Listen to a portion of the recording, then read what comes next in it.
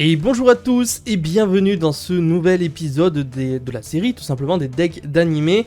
Aujourd'hui on a un personnage que je pense vous allez apprécier énormément, il s'agit d'un des plus grands méchants de la série Duel Monster, bien sûr, à savoir Marek Ishtar, le fameux prétendant au titre du tournoi de Kaiba de Batailleville. Il souhaite récupérer bien sûr les 3 bêtes légendaires, mais également tous les objets du Millennium, un des méchants les plus appréciés et badass de la série Duel Monster avec un deck assez atypique.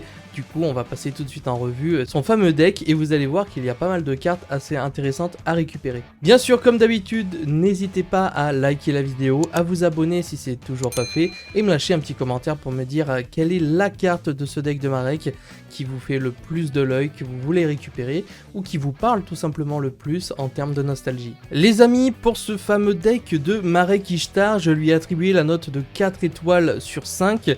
On est quand même sur un des decks les plus impressionnants de Duel Monster avec une des saisons les plus appréciées par les joueurs collectionneurs. Du coup, on est sur quelque chose où malheureusement on ne peut pas le sous-estimer non plus. Attention, 4 étoiles, pas 5, parce que mine de rien, Marek est un dueliste assez badass, mais qui au final ne gagne pas énormément de duels.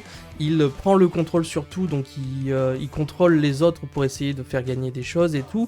Mais sinon, il gagne juste son duel contre Mai. Il gagne également contre Joey, mais on sait tous que normalement, sans la baguette du Millennium, il est capable de perdre ce duel contre Joey. Joey avait la victoire au bout des mains.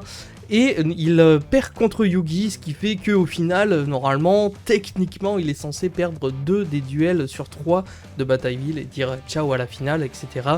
depuis un certain moment. Bref, toujours est-il qu'on va pas plus loin que 4 étoiles sur 5. 3 étoiles sur 5, ça me paraissait trop peu pour ce deck. Nous sommes sur un budget de 40 €. Vous allez voir qu'énormément de cartes que je vais vous présenter ont été rééditées, réimprimées, etc. Ce qui rend ce deck du coup beaucoup plus accessible à tout le monde, et ça c'est pas plus mal parce que le deck avant coûtait bien plus que ça. Au niveau de son deck, évidemment, c'est le deck de Batailleville, puisque Marek Ishtar ne combat que dans Batailleville. Vous l'aurez compris, c'est également son deck, toute saison confondue, puisqu'après il n'apparaît pas, donc on va rester sur ce deck-là pour toute la série Duel Monster.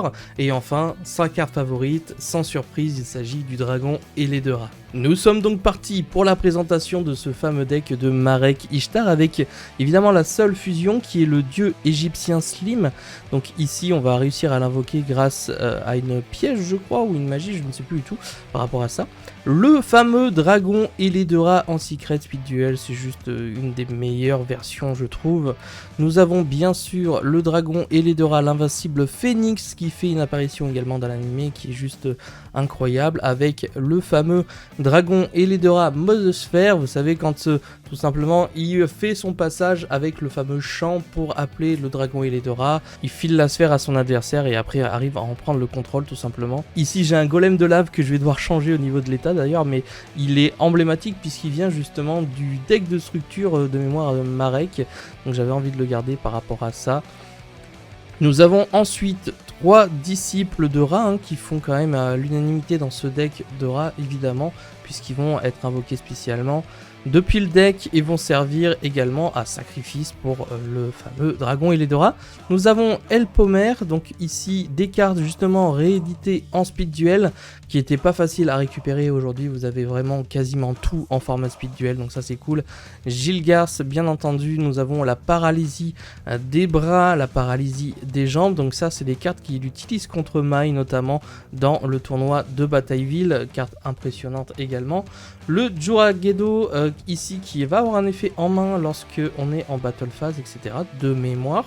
Nous avons le fameux spectre revenant, donc ici c'est des cartes qui plus ou moins il va confier à ses sbires, mais qui lui-même les a dans son deck. Ici bien sûr on parle de Steam de mémoire, dont son deck devrait arriver bien sûr prochainement. Nous avons le Gyroïde des Ténèbres, le Nyodoria qui justement est très joué en format goth également.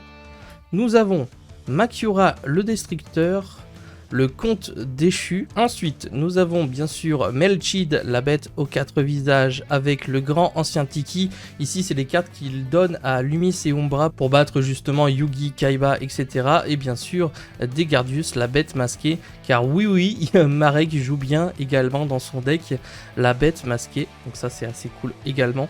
Le choc de Beezer, bien sûr, le seigneur poison, nous avons Drillago, le Boganian aussi, le démon légendaire, le Granadora, et enfin pour terminer les monstres, nous avons Visser D, le maléfique. Nous passons désormais aux magies pièges avec un petit disclaimer, attention, j'en ai entendu beaucoup dire, il n'y a pas eu le deck de maille des royaumes des duellistes, juste le deck de maille de royaume des duellistes, il n'y a qu'une dizaine de cartes qui apparaît, donc on présentera maille sous son deck avec toutes les saisons réunies, ne vous inquiétez pas, elle arrive prochainement, il y a plein d'autres personnages comme ça qui se sont vus à que 10-15 cartes maximum, donc on va attendre et les présenter bien plus tard, tels que Bakura, etc.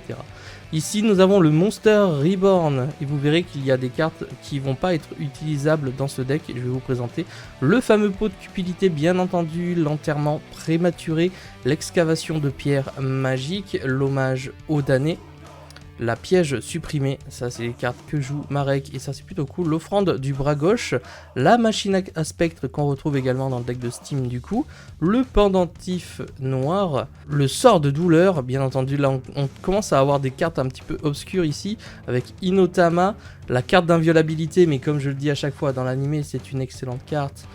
Dans notre format c'est vraiment un peu éclaté. Nous avons Ectoplasmer, bien entendu, carte assez incroyable. Exhumation du tribut, l'esprit vengeur des marais, la machine de duplication, et la machine de duplication elle est malheureusement dans l'animé car il a un monstre qu'on n'a pas chez nous du tout, ni en OCG ni en TCG, du coup libre à vous de l'enlever. Je voulais ajouter pour vous expliquer ça parce que malheureusement on n'a aucune carte machine à maximum 500 points d'attaque à invoquer et en fait tout simplement il s'agit de Plasma L qu'on jouera x3 dans le deck si jamais elle sort un jour, donc voici en fait pourquoi elle a été jouée dans l'animé et elle n'est pas jouable actuellement dans le deck de Marek, donc libre à vous de l'enlever. La carte de la dernière volonté, régénération de la magie des ténèbres, bien entendu, le soldat embusqué, le slim métallique justement qui est capable d'invoquer la fusion, de mémoire en fait on va juste invoquer la fusion par-dessus le token invoqué, enfin c'est pas un token, c'est un monstre à effet aqua haut de niveau 10 et on va pouvoir invoquer la fusion par-dessus, c'est plutôt cool.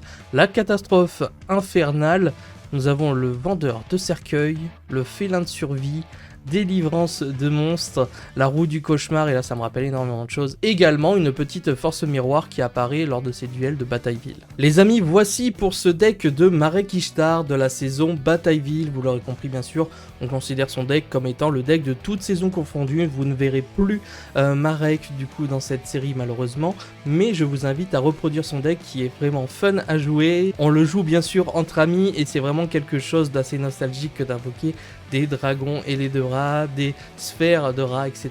Donc je vous invite à vous le procurer. Toujours est-il qu'en plus, comme je vous l'ai dit, le budget est vraiment assez cool puisque les cartes speed duel ont fait énormément baisser certaines cotes. Vous avez bien sûr 2-3 cartes à l'unité qui valent plus de 10 €, ce qui gonfle le budget, sinon tout le reste est récupérable assez facilement. Encore une fois, n'hésitez pas à me dire quelle carte vous a le plus marqué dans ce deck profile, me dire également quel est votre personnage préféré de Batailleville, et on se donne rendez-vous évidemment pour un prochain épisode. Je crois que le prochain il devrait vous plaire, ce sera Joey Wheeler Batailleville. Sinon je vous donne rendez-vous pour une prochaine vidéo. C'était Yamiro, ciao les potes.